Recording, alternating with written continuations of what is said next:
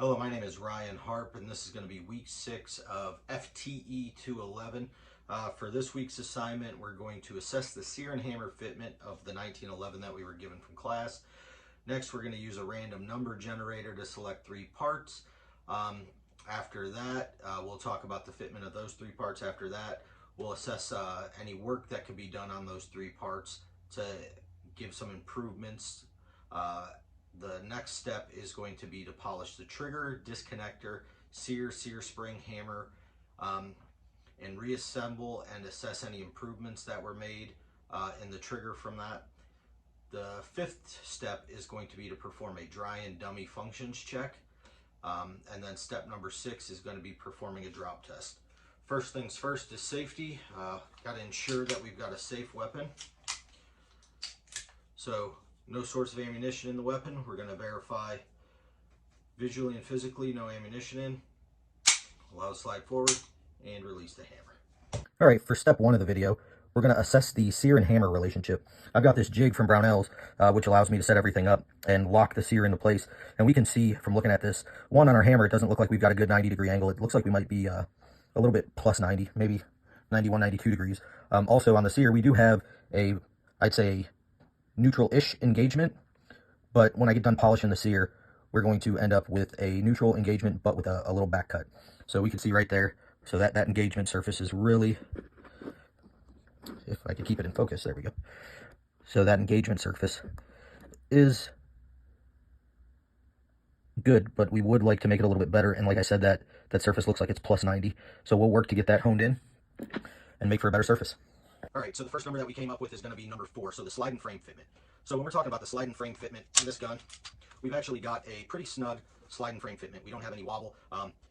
It is smooth. It could get a little bit better, but it is tight. So we do not have a loose fit on this 1911. We've got a somewhat snug fit. For the next one, we're going to go to random number generator. We come up with number 5, which is going to be the ejector fit. So the ejector in here, I'm going to start to tear it down.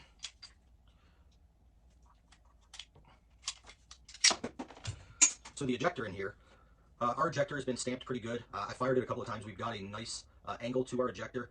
We're throwing our expended rounds over our shoulders, which is what we want. So I would say that the ejector around here is fit pretty well.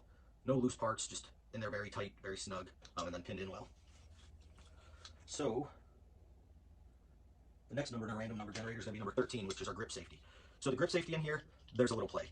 There's a little left and right play, and when it comes to bottoming out on this dovetail, on the beaver tail, in order to fire the gun, having that variation of left and right variation, it does get kind of annoying. So now, to assess any work that can be done on the above to try and make it just an all-around better fit. So when it comes to the slide into the frame, so again with the slide and frame fitment, we've got a nice snug fit. We don't see a whole lot of movement. The disconnector is in the way. So where we would get some improvement on here would be just to use a compound, put it in the tracks, probably starting at 1,000 grit, going up to 1,500 grit, and really just working the rails to smooth it out. There's some spots where it has some hiccups. Where we could really start with that is using some Dicom and seeing if we have spots that are really hitting on high spots, and work on polishing those out first. So again, next, doesn't need any work. I actually like the way this firearm ejects. The only thing I don't like about it is the feel of the finish, and the recoil is ridiculous on here. So the only thing that I would do in the case this wasn't a good finish would be to try and work this angle a little bit more, maybe give it a little bit more of an angle to throw my rounds out. But as I said, I don't want to mess with that. It's going very well. The beaver tail, to adjust this wiggle in here, this right and left play, we could just add some shims, and you'd really just shim right around here just for a more snug. So after polishing, we've gotten it to a nice neutral interaction. So we're going to take it and hit the backside and get us a little bit better of an interaction just for that smoother trigger break. All right, so we have the sear, the hammer, the sear spring, the disconnector, and the trigger all polished. We got a nice good sheen, mirror finish on everything. The last thing for us to do is going to be to clean everything off, and then we're going to hit it with some permablue just to protect the surfaces from rusting. Since I'm here in Ohio, definitely want to protect everything. So all the parts have been permablued just to protect our coating. Don't want any rust, so everything we've got is now permablued. I don't know if you can see it well on there, but it's still got the mirror finish under the permablue. So now it's time for reassembly. All right, we're back. We've gotten the sear polished, the hammer polished, the trigger polished, the disconnector polished, and the sear spring. We perma-blued them just to give them some corrosion protection. It is pretty humid regularly throughout Ohio, so better to protect them. So the next step is going to be our dry functions check. As you can see, we've got no ammunition in the firearm. We've got the source of ammunition removed, no live ammunition in the area. Check, make sure we're clear, double check. All right, so the first function of our test is firearms not unsafe, grip safety is not depressed, no fire. So we've got the thumb safety up, grip safety depressed, no fire. So the next test is going to be to ensure it fires. Got the grip safety depressed, thumb safety down, pull the trigger, we got a fire. All right, we're gonna listen for the metallic click. Good, we've got no hammer follow through. So the next thing we're gonna do is conduct our dummy functions check. So we're gonna load up 3 dummy rounds and just ensure that we've got a good proper fit and function after everything's polished. All right, so first step, chamber around.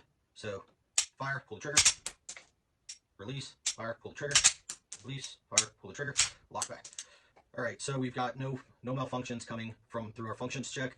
The sear engagement still seems to be spot on. The trigger is a little bit more crisp than it was before. I'll tell you that much. So the next step is going to be our drop test. All right, so for our drop test, what we're going to do, we've verified no ammunition. We've got the grips out so you can see there's no feed source, and because we've got it in a vise, we're going to let that slide go forward. Cool, no hammer follow through. Now we're just going to bang on the back of the slide, hit on the hammer itself using a nylon hammer, grip safety, and you can see we're not getting any fire, but you press the grip safety, pull the trigger, and we've got fire.